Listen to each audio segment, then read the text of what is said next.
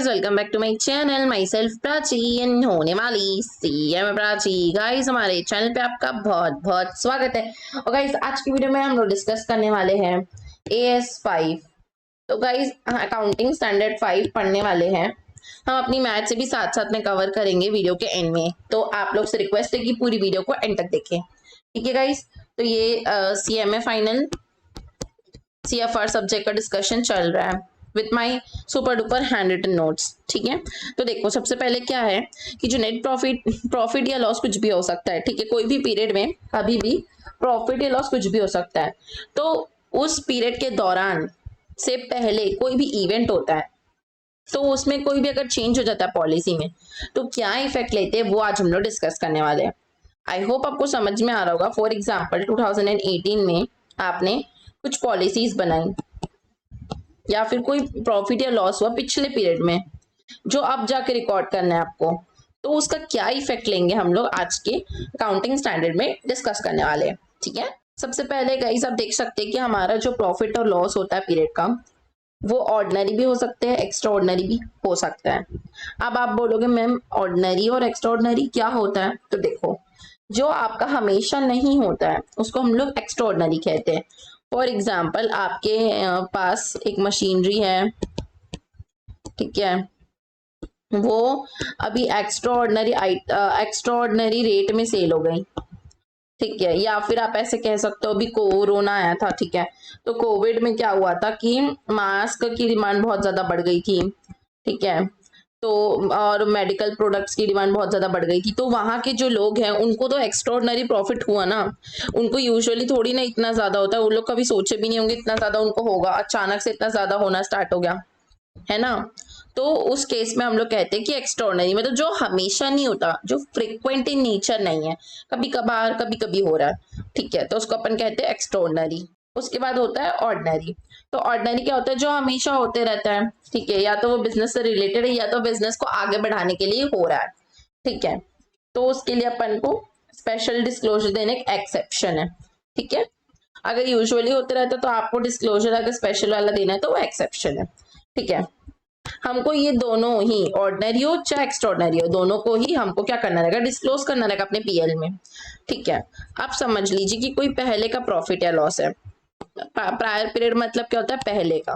तो arise in current period due to error और omission, मतलब आप उस समय गलती से कोई एंट्री करना भूल गए थे, या गलती से आपने कोई एंट्री करना भूल गए थे, या उसमें कोई गलती हो गई हो। एरर मतलब गलती हो जाना, ओमिशन मतलब छूट जाना, भूल जाना। तो इन दोनों ही केस में अगर कुछ हुआ आपके ट्रांजेक्शन के साथ, तो उस केस में उसको कहेंगे अपन प्रायर पीरियड आइटम्स, ठीक है। तो हम लोग देखेंगे अभी कि कैसे उसका डिस्क्लोजर देते हैं अपन AS1 के अकॉर्डिंगली, ठीक। सबसे पहले देखो, accounting for change in accounting estimate. सबसे पहले आपको अकाउंटिंग एस्टिमेट्स चेंज करने पड़ेंगे, ठीक है। तो अप्रोक्सीमेटली ड्यू टू क्या क्या चेंज हो सकता है? चेंज इन सरकमस्टांसेस की वजह से हो सकता है कि आपको कुछ चेंज करना पड़े, या तो फिर कुछ नई इंफॉर्मेशन मिल गई हो। पहले तो कुछ माहौल कुछ अलग था, सिचुएशन कुछ अलग थी, अभी सिचुएशन कुछ और हो चुकी है, तो उसके अकॉर्डिंगली हमको चेंज करना है। फर्स्ट में ये है। सेकंड में क्या है? सेकंड में है कि आपका जो कोई इंफॉर्मेशन जो रहता है वो आपको अपग्रेड हो गया है। पहले आपको उतनी बातें पता नहीं थी, अब ज्यादा पता चल गई है, ठीक है। या तो आपको कोई नया एक्सपीरियंस मिला है, या तो आपने कुछ डेवलपमेंट कर लिया। तो इन केसेस में हो सकता है कि आपको अप्रोक्सीमेटली चेंज करना पड़े, ठीक है। तो अगर वो एक्स्ट्राऑर्डिनरी आइटम से मतलब उसमें है, मतलब एक्स्ट्राऑर्डिनरी आइटम की लिस्ट में आता है, तो उस केस में अपन उसको वैसे ही शो करेंगे। बट अगर वो नॉर्मल है तो नॉर्मली शो करेंगे, ठीक है। मतलब जो जैसा नेचर है जिसका, उसके अकॉर्डिंगली हमको उनको शो करना होगा। क्लियर यहाँ तक? गाइस, अगर आपको कोई भी डाउट होता है तो आप कमेंट सेक्शन में बिल्कुल पूछ सकते हैं, ठीक है। तो हमारे हैंड रिटन नोट से तो यहाँ पे खत्म होता है। अब अपन एक बार स्टडी मैट से गो थ्रू कर लेते हैं। देखो, सबसे पहले स्टडी मैट में अपन देखते क्या दिया हुआ है। स्टडी मैट का फर्स्ट पैराग्राफ पढ़ लेते हैं अच्छे से। देखो, ये स्टेटमेंट शो करता है जिसमें हम लोग क्लासिफाई और डिस्क्लोज करेंगे एक्स्ट्राऑर्डिनरी आइटम, जो कि पिछले समय का हमने डिस्क्लोज करना भूल गए होगा अपन, ठीक है। वही अपन इसको फाइनेंशियल स्टेटमेंट में कैसे शो करे, ये हमको अकाउंटिंग स्टैंडर्ड सिखाता है, क्योंकि हम लोग PL अकाउंट हमेशा यूनिफॉर्म बेसिस में बनाते हैं, और हम लोग हमेशा चाहते हैं कि हम लोग एनहांस करें अपनी और हम क्या चाहते हैं कि हम एनहांस करें अपनी कंपैटिबिलिटी, मतलब अपन अपन आराम से कंपेयर कर सके तो सही रहेगा, तब तो कंपेयर करोगे ना। ठीक है, तो ये सब थ्योरी पार्ट दिया हुआ है। अपन थोड़ा सा आगे बढ़ते हैं, कुछ एग्जांपल्स दिया हुआ है वो देखते हैं। जैसे कि हो सकता है गाइस आप पहले ना कुछ डेप्रिसिएशन का मेथड यूज करते होंगे, for example ma'am WDV, SLM, ठीक है, इन दोनों में से कुछ भी यूज करते होंगे। अब आपका मन होगा कि मैम अब मेरे को चेंज करना है, तो you can do like that. Okay, so ये चेंज हो गया, ठीक है, तो उसका स्पेसिफिक आपको AS5 के हिसाब से डिस्क्लोजर देना पड़ेगा कि मैं आज तक ये यूज करती थी, अब जाके मैं ये यूज करना चाहती हूँ।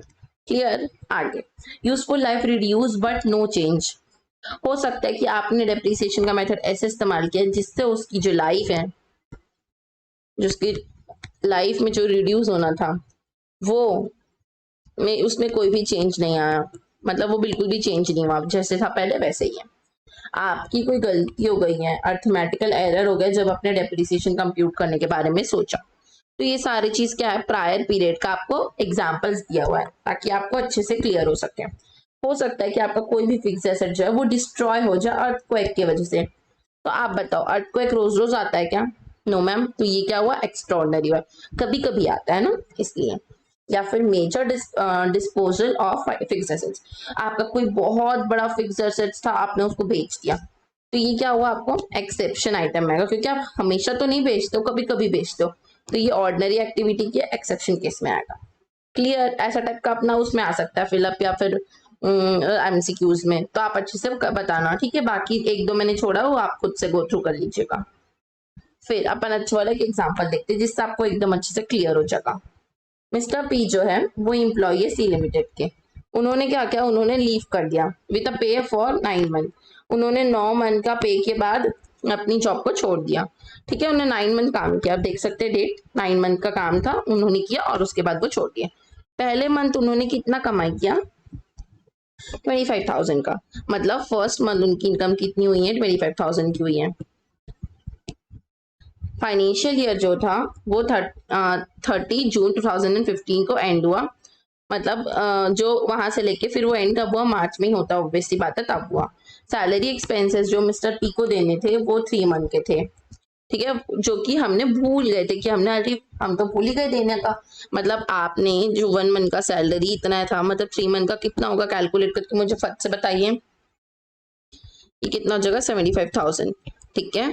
तो आपको क्या करना था, 75,000 का आपने क्या कर दिया, ओमिट कर दिया, मतलब आप भूल गए थे, ठीक है, आपने भूल गए जल्दी जल्दी में कि हमको सैलरी उनको देनी थी करके, ठीक है।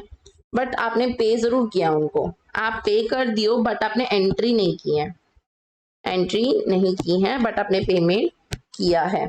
तो अब आप क्या करोगे, एंट्री कर दोगे, ठीक है। तो देखो, in this case 3 month salary of 75,000, ठीक है, वो क्या हो गया, अपना कैसे एंट्री करेंगे, तो देखो सबसे पहले सैलरी अकाउंट जाएगा, ठीक है। अब आप बोलोगे मैम ये कैसे आया, तो देखो ये आएगा 25,000 इंटू 6, क्योंकि टोटल कैसे था, देखो ऐसे कैलकुलेट करना, टोटल 9 मंथ के लिए उन्होंने काम किया, क्लियर। उसमें से 6 महीना जो था उसका आपने रिकॉर्ड किया है, ठीक।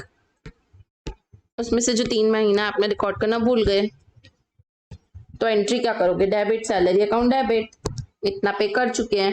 प्रायर पीरियड एक्सपेंसेस जो भूल चुके हैं, फिर टोटल बैंक से पे कर चुके हैं ना, इतना तो अपन पे कर चुके हो, तो बैंक अकाउंट होगा इसलिए, ठीक है।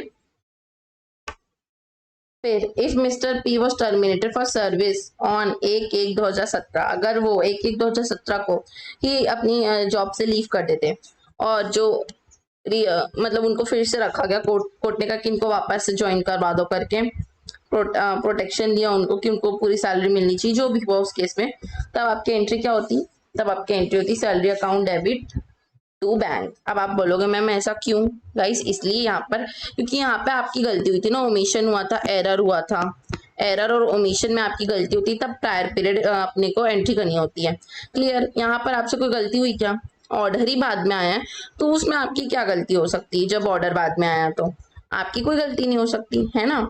तो उस वजह से आपको यहाँ पर सैलरी अकाउंट टू बैंक करना है, क्योंकि यहाँ पे आपकी कोई भी एरर और ओमिशन नहीं हुआ था।